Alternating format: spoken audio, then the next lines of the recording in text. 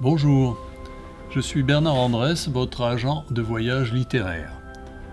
De la Nouvelle-France à nos jours, la littérature québécoise est fille du voyage et des récits qu'en firent les premiers occupants, les explorateurs, les coureurs de bois et de paysages. Un monde nouveau pour ces derniers, mais qui ne l'était guère pour les nations du nord de l'Amérique qui l'habitaient, ce monde, et de bien longue date.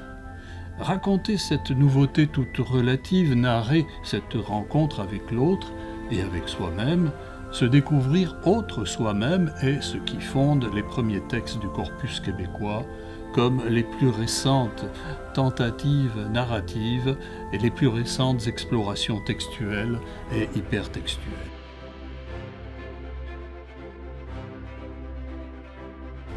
Pour nous accompagner dans ce périple, nous ferons appel à l'Atlas littéraire du Québec, publié chez Fides en 2020.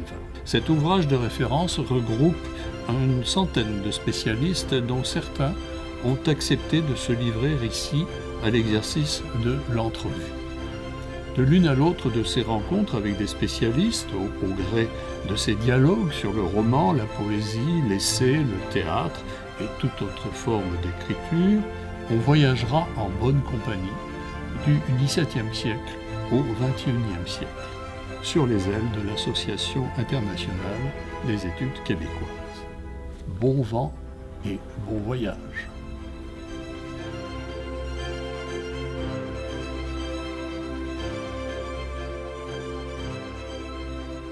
Bonjour, je vous propose aujourd'hui un nouveau voyage vers des domaines d'écriture occupés par les femmes de la Nouvelle-France à nos jours. Dans les cartographies du monde littéraire, la littérature féminine au Québec a longtemps été une terra incognita, comme on désignait jadis dans les mapes-mondes les territoires non encore explorés.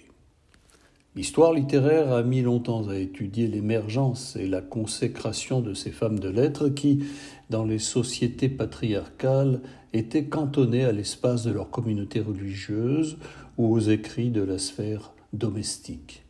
Correspondances privées, mémoires intimes, poèmes, fiction. Mais tout a bien changé depuis le tournant du XXe siècle, alors que les écrivaines du Québec prenaient leur essor dans la société et dans les institutions littéraires. En témoigne assez la place qu'elles occupent aujourd'hui dans la plus récente cartographie de nos lettres, l'Atlas littéraire du Québec. Une trentaine d'auteurs et d'œuvres y font l'objet d'études à partir desquelles, par des jeux d'appel, de renvoi, des dizaines d'autres sont aussi convoqués. On les trouvera en annexe à la prochaine entrevue. Pour nous accompagner dans ce nouveau voyage au cœur des textes féminins, je reçois donc aujourd'hui ma collègue Laurie Saint-Martin. Bonjour Laurie, content de se retrouver dans notre alma mater à l'UQAM. N'est-ce pas? Et pour cette entrevue.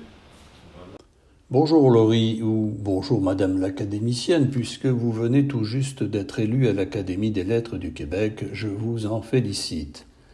Laurie Saint-Martin est professeure au département d'études littéraires de l'Université du Québec à Montréal et spécialiste en études féministes et en littérature québécoise. Auteur de nombreux essais dans ces domaines, on lui doit notamment Le nom de la mère, Mère, filles et écriture dans la littérature des femmes au Québec, La voyageuse et la prisonnière, Gabrielle Roy et la question des femmes, Posture virile, ce que dit la presse masculine, et, au-delà du nom, la question du père dans la littérature québécoise actuelle. Outre de nombreux ouvrages en collaboration, Laurie a aussi contribué à des éditions critiques des œuvres de Germaine Guèvremont et d'Anne Hébert. Mais Laurie Saint-Martin est aussi l'une de nos meilleures traductrices de l'anglais au français. En collaboration avec Paul Gagné, elle a obtenu à 4 reprises le prix littéraire du gouverneur général pour la traduction. Son dernier livre, 2022, s'intitule d'ailleurs « Un bien nécessaire, éloge de la traduction littéraire ». On lui doit enfin des nouvelles, un roman et un récit autobiographique « Pour qui je me prends ». C'est dire à quel point Laurie Saint-Martin, critique littéraire, mais aussi praticienne, passeuse de nos lettres, pourra nous aider aujourd'hui à traverser, à commenter, à réfléchir sur les continents perdus et retrouvés de l'écriture au féminin. Nous procéderons de la façon suivante. Après un parcours historique sur l'émergence des écrivaines, on abordera un certain nombre de thèmes récurrents dans l'écriture des femmes. Le rapport mère-fille et la maternité, l'amitié entre femmes, le corps et le désir, enfin le langage et l'écriture. En filigrane, dans toutes ces thématiques, la question de la diversité donnera lieu à des considérations finales sur les écrivaines actuelles. Alors pour commencer, que dire, Laurie, des tout premiers écrits de femmes, des religieuses, au début de la Nouvelle-France? On les nommait parfois les Amazones de la foi. De qui s'agit-il et dans quelles conditions prenaient-elles la plume? Bien Bernard, ce qu'il faut savoir dans un premier temps, c'est que c'était en effet des religieuses. Les premières sont venues de France adultes pour répandre la religion chrétienne, évidemment, mais elles ont été appelées très rapidement, certaines d'entre elles, à fonder des écoles, des hôpitaux, et elles jouent un très grand rôle donc, dans la fondation de la Nouvelle-France et aussi dans la postérité littéraire.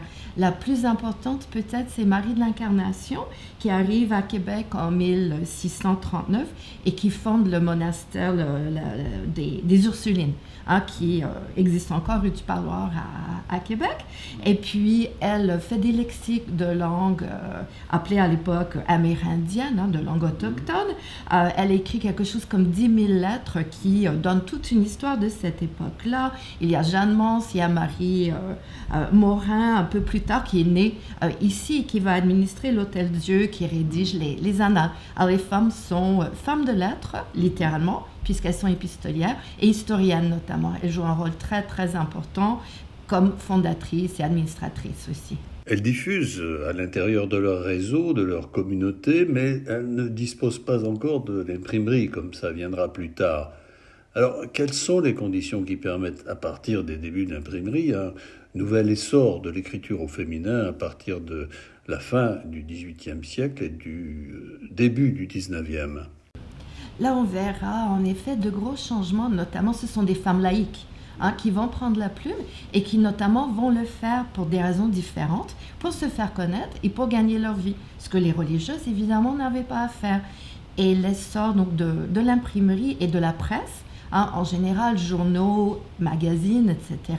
Il y a beaucoup de production durant cette période, va favoriser beaucoup de vocations, si je peux dire, y compris chez énormément de femmes journalistes.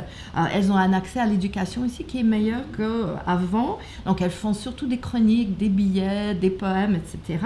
Souvent des revendications féministes, de meilleures conditions de travail pour les femmes. Plus tard, elles vont réclamer le droit de vote, une meilleure éducation, toujours le droit aux études. On peut peut-être en nommer quelques-unes. Robertine Barry, Joséphine Marchand, Gaëtane de Montreuil, Henriette de Saule, Eva Circé, qui sera Eva Circé-Côté. Après son mariage, bon, je les donne un peu en vrac, sans la chronologie, mais durant toute cette période, fin 19e, début 20e, on va les voir très nombreuses, souvent en signant avec des pseudonymes, et même un peu plus tard, des femmes qui vont s'établir comme romancières, comme Gabrielle Roy, comme Germaine Gavremont, vont aussi débuter dans le journalisme. Alors c'est un excellent filon pour les femmes pendant plusieurs décennies.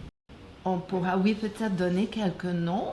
Il y a Robertine Barry, Gaëtane de Montreuil, Henriette de Saule, qui aura aussi un journal intime qui sera publié beaucoup plus tard et qui nous renseigne beaucoup sur la vie d'une jeune fille.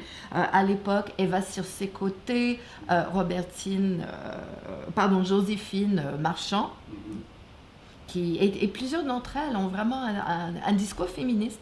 Dans leurs chroniques, elles réclament le droit de vote. Plus tard, elles vont réclamer une meilleure éducation et ainsi de suite. Et le premier roman psychologique de l'époque, on le doit à une femme. Absolument. Comme en littérature française, La princesse de Clèves, mais beaucoup plus tard, en 1881-82, en feuilleton, hein, va paraître le premier roman de Laure Connon, qui fera des romans historiques par la suite qu'on lit moins. Mais Angéline de Montbrun, c'est vraiment un roman tout à fait remarquable. C'est un roman d'amour où l'amour finit mal assez rapidement, où la jeune fille vit plein de tragédies et qui refait sa vie et devient en quelque sorte écrivaine. Et les lectures féministes qui en ont été faites par la suite, on peut nommer par exemple Maya Vertu, on a parlé, Patricia Smart, Mary Jean Green et plusieurs autres, ont vraiment vu un roman féministe déjà, où la jeune fille cherche à trouver sa voix et à parler de manière autonome, alors qu'avant, son père et son fiancé parlaient pour elle. Oui, et malgré le fait que la réception de l'ouvrage a été quelque peu biaisée, n'est-ce pas, puisque l'abbé Casgrain y voyait surtout une œuvre d'inspiration religieuse. Et il disait en le lisant, on entre dans ce livre comme dans une église. Donc il y a eu par la suite une contre-lecture d'Angéline de Montbrun. Absolument. Et c'est la preuve d'ailleurs que c'est un grand roman puisqu'on peut le recevoir de plusieurs façons. Et je peux ajouter que je l'ai enseigné encore, bon, plusieurs fois, mais encore tout récemment.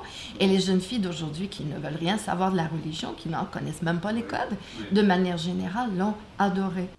Et c'est un roman très fort sur l'amitié. Oui, son amie Tout à fait. Nina, jeune femme libérée, voire délurée, c'est son vis-à-vis, une sorte de Nina, oui. contre-figure introduite dans le récit. On va revenir plus tard à cette question de l'amitié. Alors, qu'est-ce qui change au tournant du XXe siècle dans ces œuvres-là ? Bien, j'ai dit que déjà les journalistes de la fin du 19e réclamaient plus de droits pour les femmes.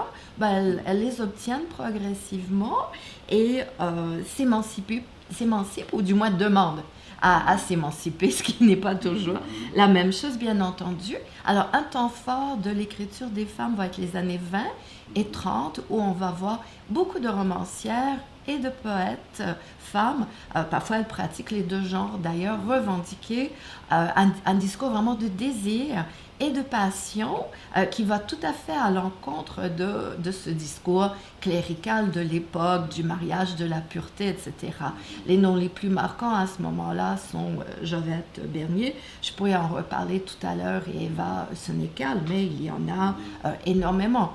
Et cette époque a été un peu oubliée et est redécouverte par les critiques dans les dernières années, les critiques féministes, j'entends. Et puis, le roman se développe tranquillement tout au cours de ces années, et je voudrais aussi mentionner 1945 comme vraiment une année charnière. C'est un tournant dans la littérature québécoise de manière générale et dans l'écriture des femmes en particulier, puisqu'on va voir en 1945 la publication de deux romans un peu antithétiques et tous les deux marquants.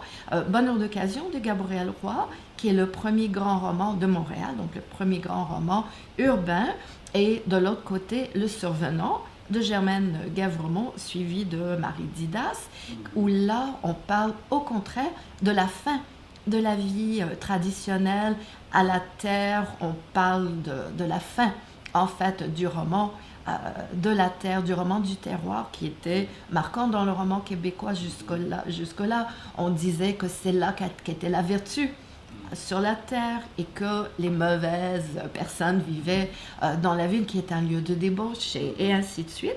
Et donc on voit ce moment qui est très marquant, et j'ajouterais peut-être une troisième œuvre qui est très très très peu connue, qui est de 1943, qui s'appelle Désespoir de vieille fille de Thérèse Tardy, qui est comme un curieux livre de prose, presque d'aphorisme ou de prose poétique, où, comme les écrivaines des années 20 et 30 que je mentionnais, elles revendiquent le droit au péché.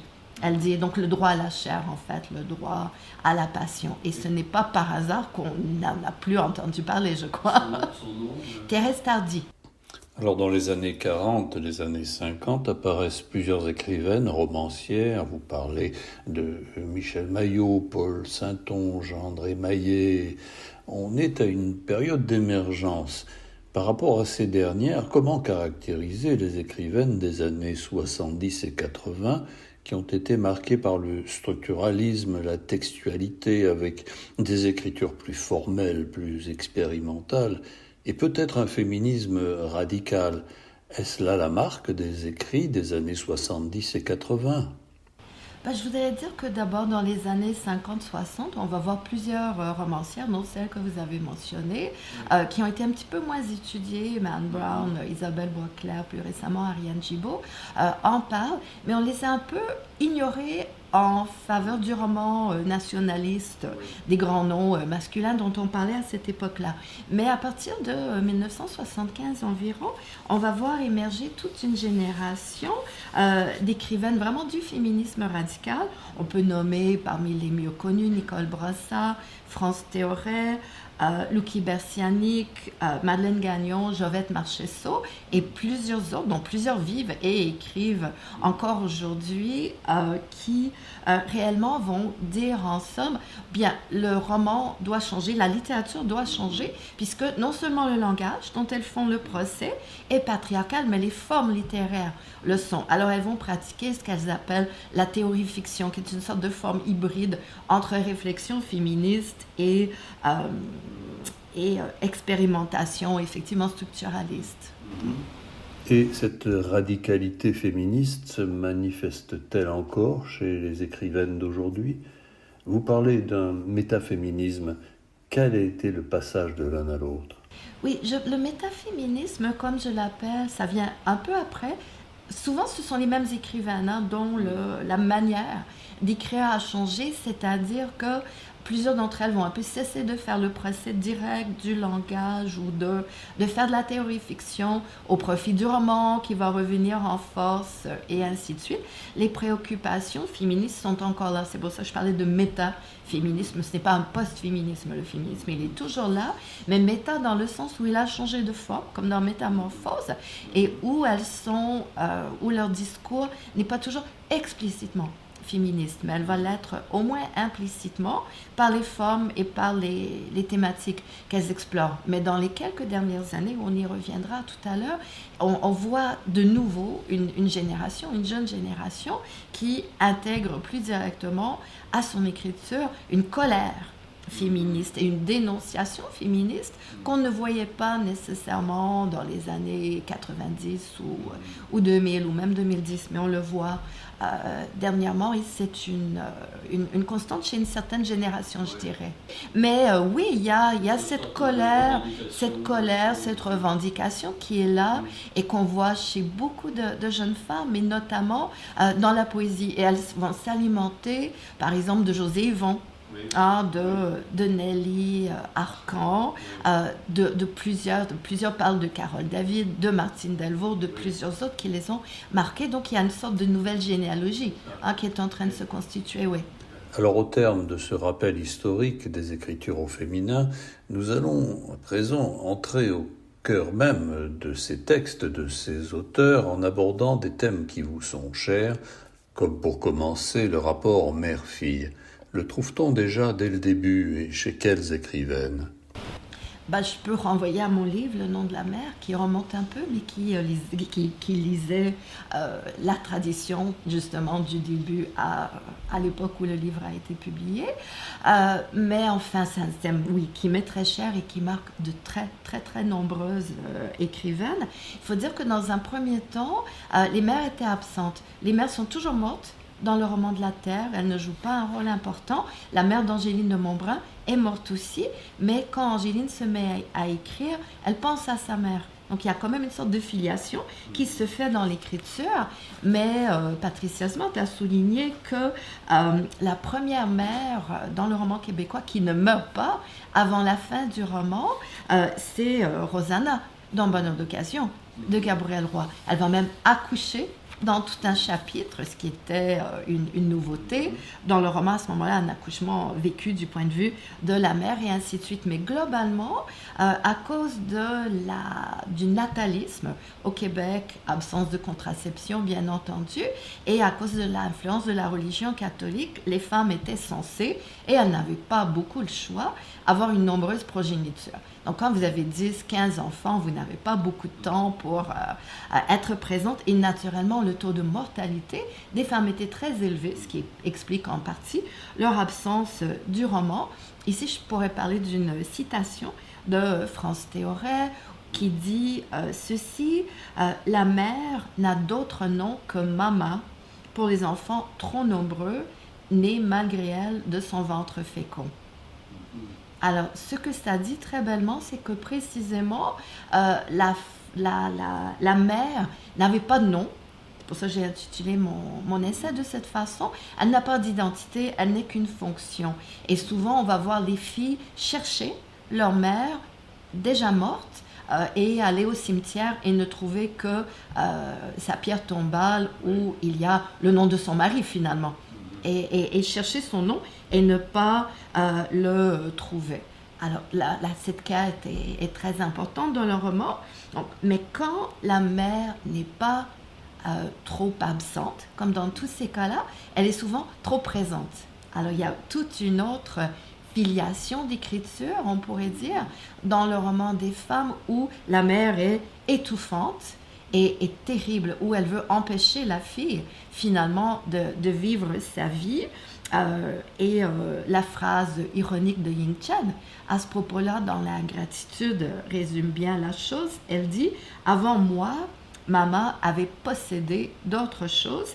Elle avait élevé des oiseaux en cage. » Alors, on voit bien la fille chose de la mère, et dans beaucoup de romans de femmes, la mère va être donc ce que Jovette Marchessault a appelé la dresseuse patriarcale, celle qui initie la fille à la vie de mère et d'épouse, à l'obéissance, et qui ne lui permet pas justement de faire autre chose. Donc on va vouloir tuer la mère. Il y a beaucoup de textes de matricide ou d'infanticide, toute cette tradition romanesque des années 60 au moins, et même avant.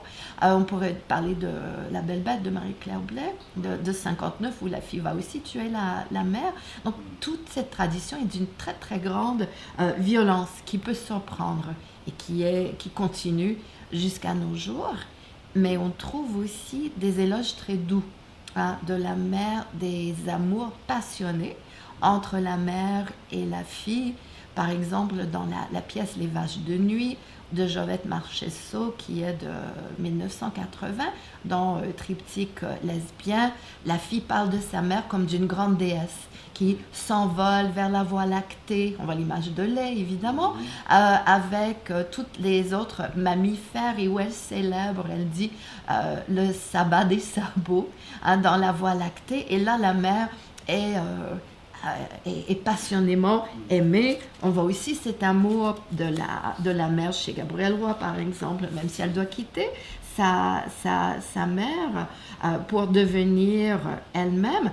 Mais en tout cas, tous ces textes sont écrits encore du point de vue de la fille. Mais le point de vue de la mère doit émerger à un moment donné, même si c'est beaucoup plus tardivement.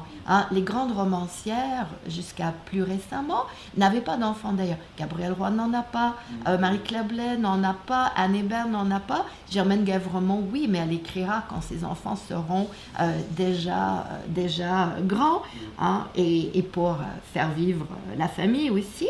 Mais il faudrait parler ici de Jovette Bernier et de La chair décevante, qui est de 1931, qui est un roman redécouvert aussi par les féministes. Plus tard, Lucie Robert a écrit là-dessus notamment, où on voit une femme qui, au lieu de donner son enfant en adoption, comme les mères célibataires, devait le faire. Son amant est marié, il ne veut pas reconnaître l'enfant, donc elle le garde, elle l'élève, et c'est déjà un grand défi.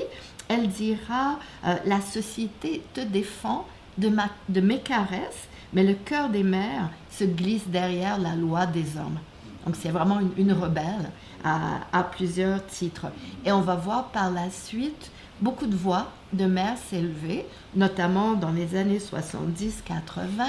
Je pense par exemple à La cohorte fictive de Monique Larue, où on a la mère, une jeune mère, une nouvelle mère, qui écrit pendant que son enfant dort. Donc on a des chapitres alternés de ce qu'elle vit comme jeune mère et de ce qu'elle écrit. Et donc on a toute une réflexion sur la créativité et la maternité, et comment elles peuvent se compléter ou au contraire s'opposer.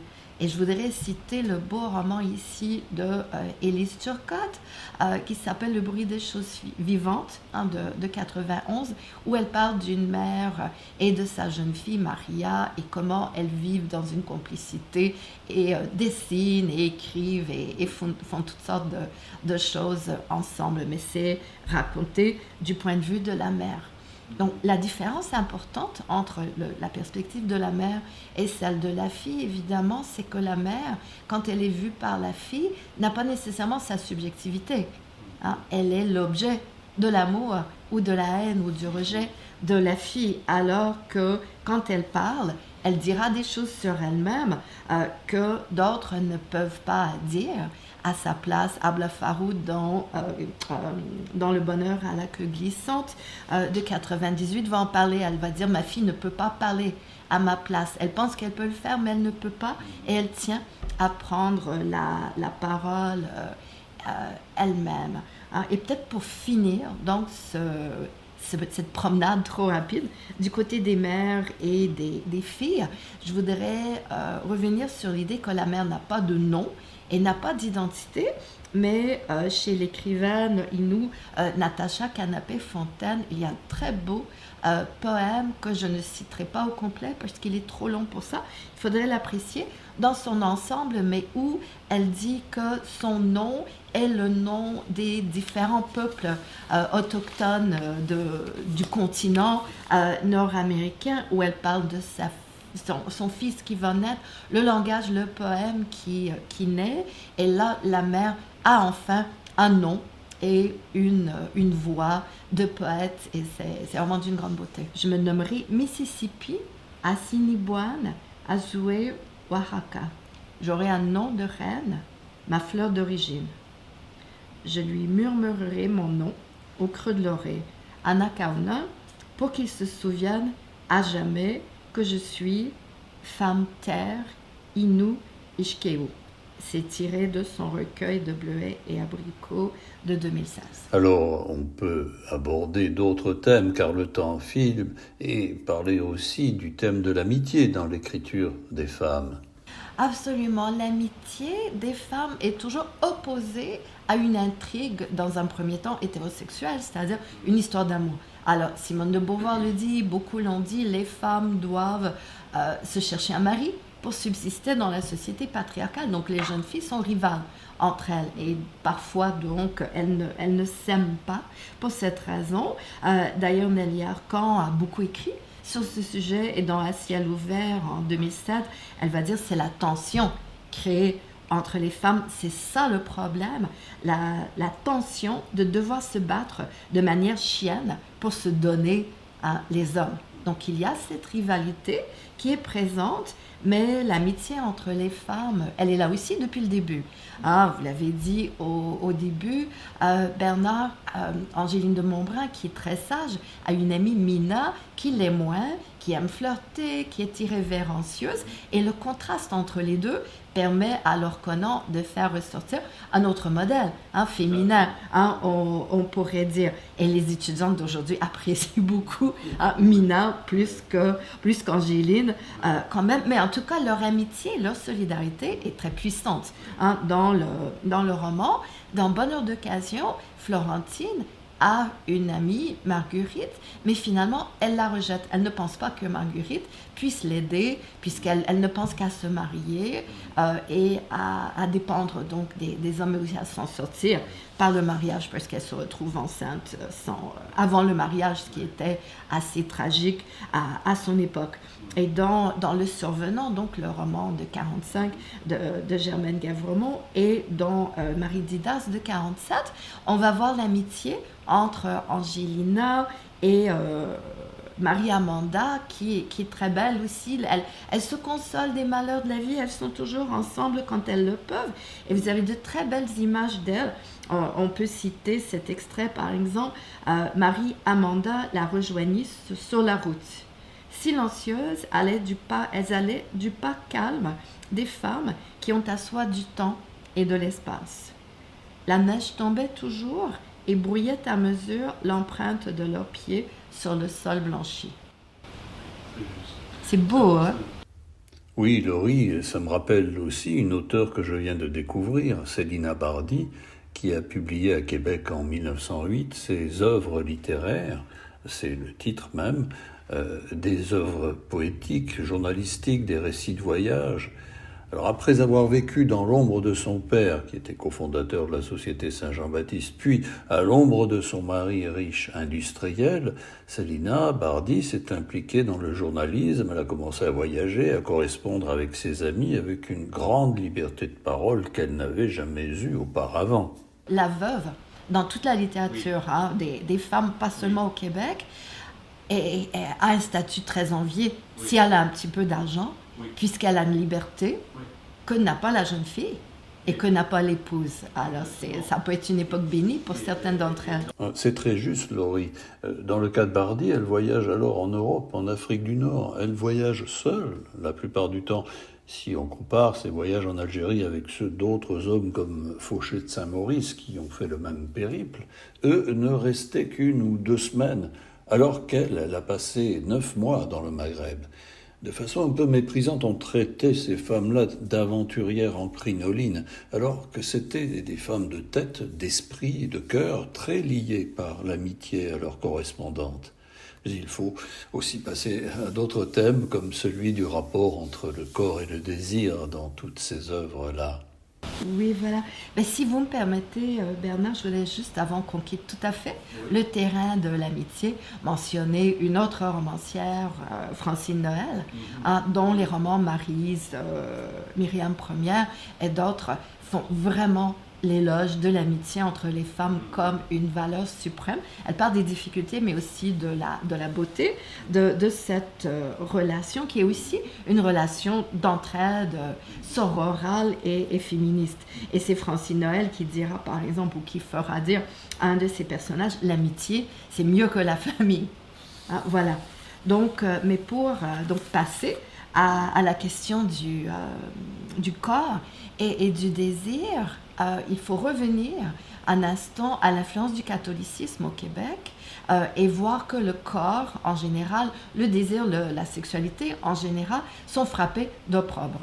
Et même dans le contexte du mariage, on est censé se reproduire bien davantage que de chercher son plaisir. Et le corps, en général, le corps des femmes en particulier, est considéré comme sale, sinon sacralisé dans la maternité. Mais cette thématique du désir chez les femmes est là aussi depuis le début, puisque Angéline de Montbrun et Mina sont très sensibles à la beauté de leur bien-aimé, et il faut les voir chanter ensemble. C'est extrêmement sensuel. Ce n'est pas dit dans les mots d'aujourd'hui, bien sûr, mais c'est déjà là.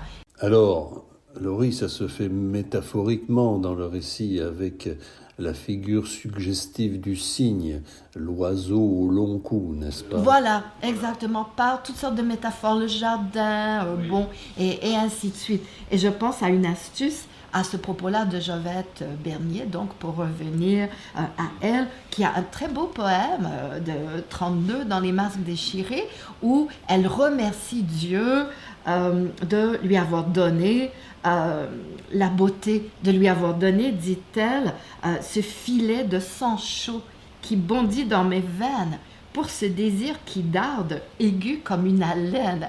Donc, le texte s'intitule Prière, et c'est donc pour dire, j'ai ce corps désirant, j'aime la beauté, j'aime regarder le bel objet de mon désir, et c'est Dieu que je remercie pour ça. Donc, vous voyez l'astuce pour contourner l'interdit clérical, là, c'est vraiment très brillant de sa part. Donc, les années 30 sont ce moment fort. En effet, de désir des femmes, je pourrais mentionner aussi dans Les Ombres d'Eva Sonécal, qui est exactement de la même époque, de 31, où l'héroïne fraîchement mariée tombe amoureuse d'un autre homme, ce qui était un terme extrêmement choquant.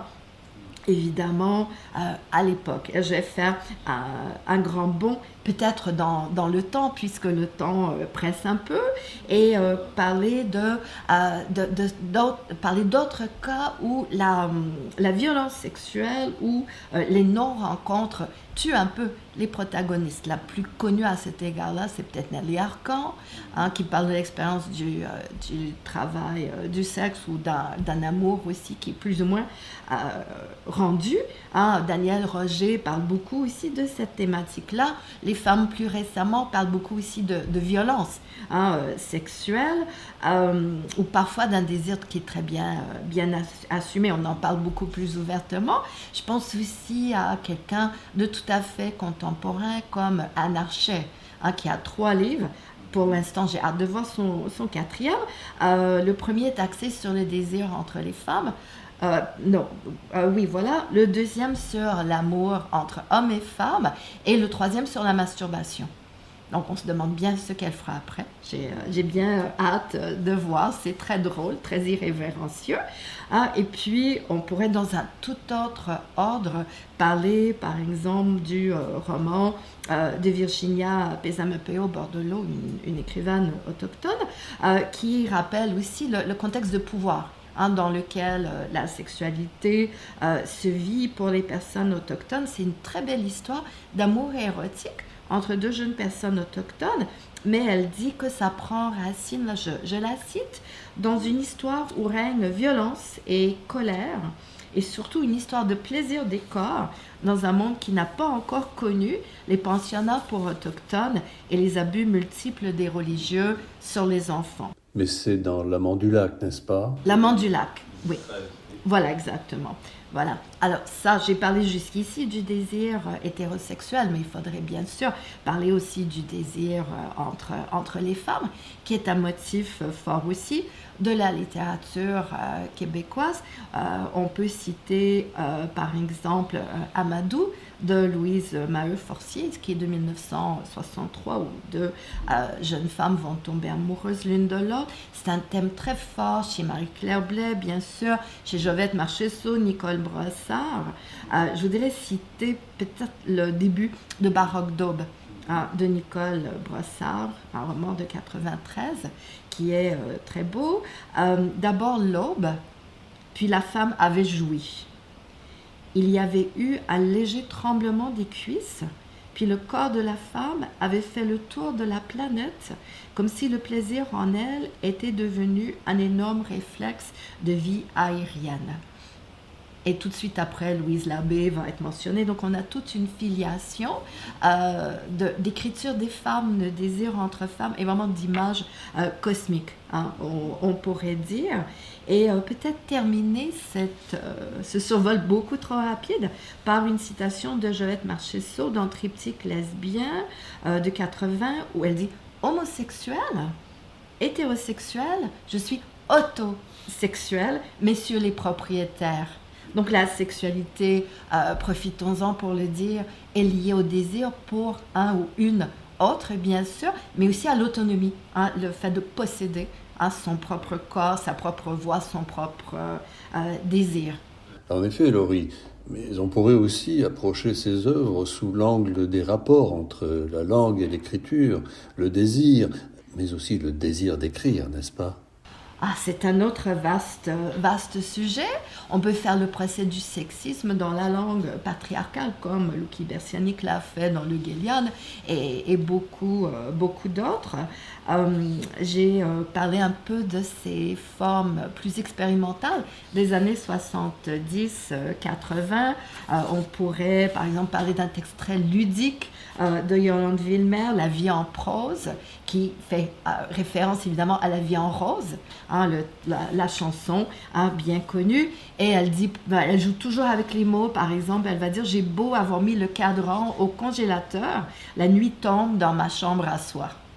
Alors, on voit la référence à Virginia Woolf, on voit l'humour aussi qui va sortir. Donc, l'écriture devient réellement un espace de plaisir et d'exploration de la jouissance qui vient de la langue, mais c'est aussi l'époque de beaucoup de colère. Je pense à France Théoret, par exemple, qui dans Bloody Mary de 79, donc la même époque, La vie en prose est de 80, va dire « J'ai toujours envie d'écrire, toujours envie d'hurler. Au lieu de tenir un crayon, je tiens un poignard. Parfois un pieu, ça ne s'écrit pas, ça n'écrit pas, pardon. » Alors voilà, donc la colère, dénonciation, qui a été étudiée beaucoup par Ariane Gibault, par exemple. Et dans beaucoup de textes de femmes sont portés par cette colère. Je pourrais faire référence à Marie Célie Agnan qui parle de l'esclavage, de la violence perpétrée sur plusieurs générations de femmes, de mères, de filles. Et elle parle beaucoup du fait qu'il n'y a pas de langage pour le dire, que personne ne veut entendre la voix des femmes qui veulent dire ça. Et je pourrais parler ici justement, j'ai évoqué Marie-Célie Agnan, qui est une Québécoise d'origine haïtienne. J'ai mentionné tout à l'heure aussi Abla Faroud, qui est d'origine libanaise, qui propose dans Le bonheur à la queue glissante un lexique français arabe de proverbes. Le titre même est un proverbe. Donc beaucoup de femmes d'ailleurs qui deviennent des femmes d'ici vont intégrer des langues autres et des traditions autres dans leurs écrits aussi. À ce propos, on pourrait parler aussi des traditions et des langues autochtones. Naomi Fontaine, par exemple, dans Elle s'y parle de 2011, dit ceci, il dit « Un chant triste, sorte de cri du cœur, comparable au blues. La langue Innu, presque chantée, aux intonations lentes. Le manque de voyelles rend la langue impénétrable, comme un rappel à la nature, la dureté, l'écorce et les panaches. » Et peut-être pour boucler la boucle sur cette question, un passage de Gabrielle Roy qui lit l'amour à sa vocation d'écrivaine. Elle dit dans Rue d'Eschambault en 55, « Pourtant, c'était sa faute, si j'aimais mieux la fiction que les jours quotidiens. Elle m'avait enseigné le pouvoir des images, la merveille d'une chose révélée par un mot juste et tout l'amour que peut contenir une simple et belle phrase. » Donc la mère et la fille sont liées dans cet acte d'écriture. Laurie, nous avons encore un peu de temps pour aborder la question qui a déjà été soulevée à quelques reprises, celle de la diversité dans les écritures. Une diversité observable chez des auteurs provenant d'autres horizons que ceux qu'on appelle parfois les écrivains de souche, bien que l'expression migrant de souche commence heureusement à être entendue. Alors, que dire justement de ces formes d'écriture féminine issues d'autres horizons ? Il y en a toujours eu beaucoup, évidemment, ce qu'on peut dire de l'époque vraiment actuelle, c'est qu'il y a peut-être pour la première fois une valorisation plus générale de ce qu'on appelle la diversité. La diversité, c'est aussi la diversité de genre. Il y a une émergence, avant de revenir aux femmes venues parfois d'ailleurs, l'émergence de personnes trans ou non-binaires qui écrivent. Il y a Chris Bergeron dernièrement, Gabrielle Bouliane-Tremblay, Marie-Ève Maréchal et d'autres. Je pense que c'est quelque chose qui est appelé à prendre beaucoup plus de place dans la littérature québécoise dans les prochaines années. Et toutes ces formes de diversité, d'ailleurs, changent heureusement notre façon de définir et de voir cette littérature qui était beaucoup trop axée pendant très longtemps, je dirais, sur les personnes blanches, les personnes nées francophones, sur les personnes nées ici ou toujours traitées comme néo-québécoises, même si ça faisait 40 ans qu'elles étaient ici. Et je pense qu'on est vraiment dans un moment fort de la littérature autochtone. Évidemment aussi, j'ai nommé quelques-unes des écrivaines importantes, Virginie Pézéma-Peau-Bordelot, Naomi Fontaine, Natacha Canapé-Fontaine, Joséphine Bacon, une pionnière poétesse notamment, et avant aussi Anne-Antane Capèche, qui a écrit cet essai très fort qui s'appelle « Je suis une maudite sauvagesse ». C'est de 1976, mais bon, ça a été republié tout dernièrement, où elle dénonce le racisme, justement les atrocités commises par les Blancs. Et il était temps qu'on commence à parler de ces choses et de faire valoir l'héritage autochtone, mais aussi parler des atrocités et de la survivance et de la résistance. En effet, Laurie, il faudrait bien mentionner les revues littéraires qui en tiennent compte et qui, elles-mêmes, intègrent dans leur personnel et même dans leur direction des personnes issues de ces horizons. Absolument, on pourrait, oui voilà, ce serait beaucoup trop long de nommer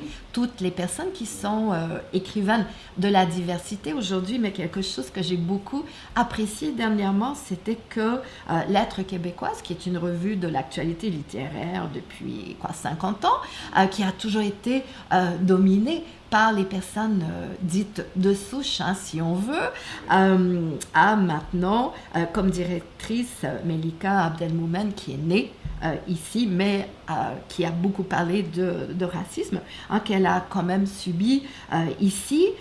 Et puis, ce printemps, sur la couverture de la revue, on a pu voir Yara El Gadban, qui est une Québécoise d'origine palestinienne.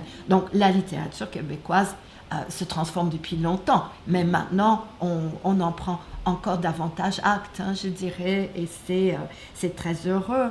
Comme ça, il y a d'ailleurs des lieux de diffusion de plus en plus nombreux. Je pense à Mémoire d'Encrier, évidemment, qui fait un travail assez héroïque depuis un moment. La collection Queer chez Triptyque, une nouvelle maison d'édition qui s'appelle Diverses Syllabes, dont le premier livre va paraître très prochainement et qui est consacré aux femmes racisées et non-binaires, etc.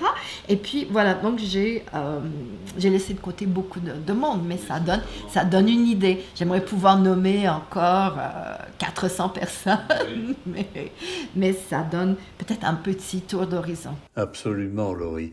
Donc, je vous remercie beaucoup pour ce périple inspirant à travers l'écriture, je dirais les écritures des femmes au Québec.